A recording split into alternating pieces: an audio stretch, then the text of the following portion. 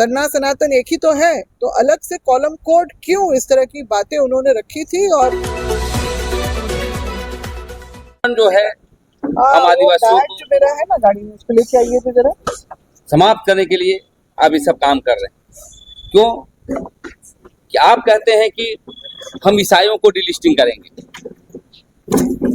जब आप ईसाई को डिलिस्टिंग करते हैं तो हिंदू धर्म मानने वाले उन लोगों को डिलिस्टिंग करिए, मुसलमान धर्म मानने वाले उन लोगों को भी डिलिस्टिंग करिए, अभी जैन लोग मानते हैं कुछ आदिवासी, उन लोगों को भी करिए। कहने का मतलब है पूरी तरह से राजनीतिक षड्यंत्र है, क्योंकि एक तरफ मुसलमानों को तोड़ा, हिंदू को तोड़ा, अब आदिवासियों को तोड़ने के लिए ये खाका तैयार किया जा रहा है। पूर्व प्रधानमंत्री, मैं नाम लेना नहीं चाहता हूँ, वो अमेरिका में जाके कहे थे, नहीं जेनेवा, हाँ जेनेवा में जाके कहे थे कि हमारा देश में कोई आदिवासी नहीं। इसका मतलब स्पष्ट है कि आदिवासियों को देखना नहीं चाहता।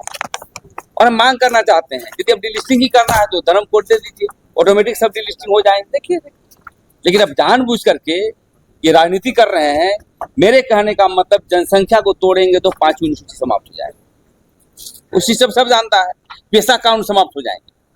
और इसीलिए मैं कहना चाहता हूं कि सही में यदि आप आदिवासियों को हितैषी चाहते हैं तो हम आदिवासियों को धर्म कोड दीजिए, सब डिलिस्टिंग हो जाएंगे। लेकिन आप 2% ईसाई बने हुए आदिवासियों को डिलिस्टिंग की बात करेंगे और 98% हिंदू धर्म मान रहे हैं कुछ लोग, उसका डिलिस्टिंग क्यों नहीं कर रहे हैं? इसका मतलब आपको वोट के लिए आदिवासियों को बीजेपी का फोल्डर में डालना है। और मैं इसलिए कहना चाहता हूं, जो वहां पर तांडव किया जा रहा है, आदिवासियों ने स्थापित करने का जो प्रोग्राम किया जा रहा है दिल्ली में, इसका पुरजोर विरोध होगा, पूरा राज्य स्तरीय, पूरे देश स्तरीय विरोध होगा। और जब तक हम लोग का धर्म कोड नहीं दिया जाता है तब तक हमारा अभियान जारी रहेगा। ऊपर देखिए, हेडिंग देखिए, आगे आइए बोलिए आप, हो गया बात जाए जो आदिवासी धर्म पे ही देश भर के आदिवासियों की इसमें सहमति बनी है। एक तरफ ये मामला है और दूसरी तरफ जो है जनजातीय सुरक्षा मंच के द्वारा जो विगत 3 साल से, जो 2023 से शुरू हुआ था, और उसमें जो ये लोगों ने जो धर्मांतरित जो आदिवासी हैं उनके खिलाफ इन्होंने एक मुहिम खड़ा की है कि जो ईसाई धर्म में चले गए हैं उनको डिलिस्ट किया जाए। तो ईसाई धर्म में इस तरह की बात बोलते हैं, दूसरी तरफ सरना सनातन एक बोलते हैं। मतलब आदिवासी हिंदू है, इसका भी लेबल हमारे ऊपर जबरन चिपकाना चाह रहे हैं।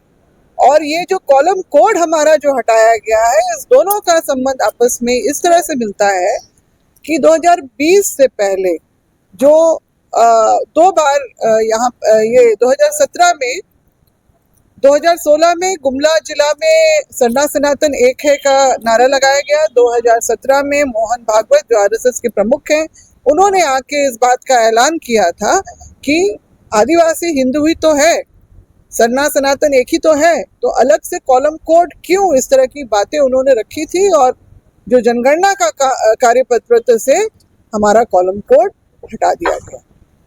अब बतौर आदिवासी कागजी तौर पे हमारी क्या पहचान रह जाती है जब भी जनगणना का काम होगा। और जनगणना का काम सिर्फ हमारा पर हेड की गिनती की नहीं है। गणना जो होगी देश भर के हिंदू, मुस्लिम, सिख, ईसाई, बौद्ध, जैन की होगी, तो आदिवासियों की भी विधिवत होती आई है, जिसके जो देश भर के आदिवासियों, मतलब राज्य स्तर का भी होता है और देश भर के भी आदिवासियों का आंकड़ा जो बनता है, उसी पे निर्धारित होता है हमारा आरक्षण का प्रतिशत, और हमारे लिए नीति निर्धारण और योजनाएं बनाई जाती हैं। और जो हमें ये सारा कुछ क्यों मिला है, ये पहचान विशिष्ट क्यों मिली है? भारतीय संविधान ने भी हमारी पहचान को मान्यता अपने अनुच्छेद 13(3) क के अंतर्गत हमारी रूढ़िवादी परंपरा, हमारी व्यवस्था, हमारे कानूनों को, जमीन संबंधी कानूनों को जो है उसको मान्यता दी है। अनुच्छेद 244(1) में 5वीं अनुसूची, अनुच्छेद 244(2) में 6वीं अनुसूची का भी ये सारा प्रावधान है। तो ये क्या है? जो अंग्रेजों ने हमारी विशिष्ट पहचान को बनाए रखा, हमारे लिए अनुसूचित क्षेत्रों को भी चिन्हित किया और स्वशासन की घोषणा की, भारतीय संविधान में उसको हूबहू उतारा है।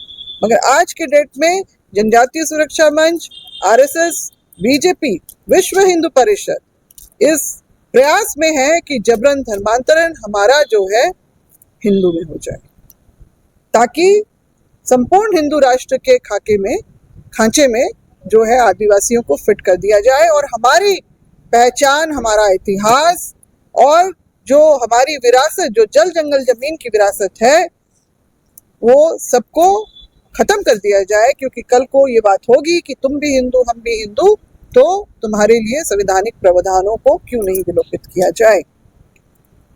अब जो जनजातीय सुरक्षा मंच इस तरह की बातें कर रही है, तो क्या ये हमारा धर्मांतरण हिंदू उसमें धर्म में नहीं करना चाहते हैं? ये बरगलाने की कोशिश है जो उन्होंने 2020 से पहले जो इन्होंने कर डाला, हमारे जो कॉलम कोड को हटा के, उसी करतूत को छिपाने के लिए ये डीलिस्टिंग की मांग कर रहे हैं।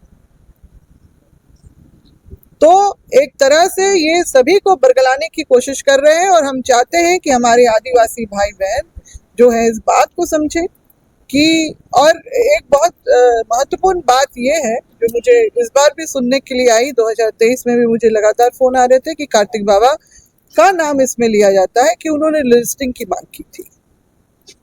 उन्होंने एक ही किताब अपनी जिंदगी भर में लिखी है, छोटी सी किताब मगर बहुत ही महत्वपूर्ण किताब है, डाटा वाटा के साथ में, जिसमें पहले पन्ने में आप देखेंगे कि वो आदि धर्म की बात कर रहे हैं और उसके आखिरी पेज में उन्होंने ये भी लिखा है कि मैं अपने वैसे ईसाई भाइयों की आरक्षण की वकालत करता हूं जो पिछड़ गए हैं, जो मुख्य धारा से सही तरीके से नहीं जुड़ पाए हैं।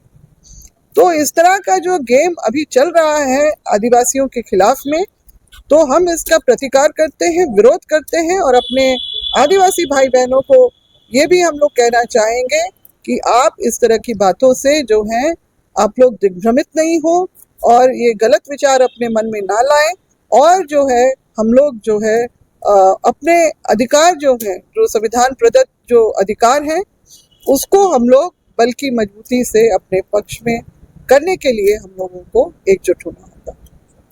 तो ये आज का है और हम लोग विरोध करते हैं जो 24 तारीख कल दिल्ली में जिस तरह का समागम का आयोजन हो रहा है, तो मैं इसके लिए बस यही कहूँगी कि हम लोग को सतर्क होकर रहना है और ऐसे लोगों को जो हमारी अपनी विशिष्ट पहचान जो है, ये ऐसे लोग जो हैं वो कहते हैं गर्व से, हम कहते हैं हिंदू, सनातन धर्म की वकालत करते हैं।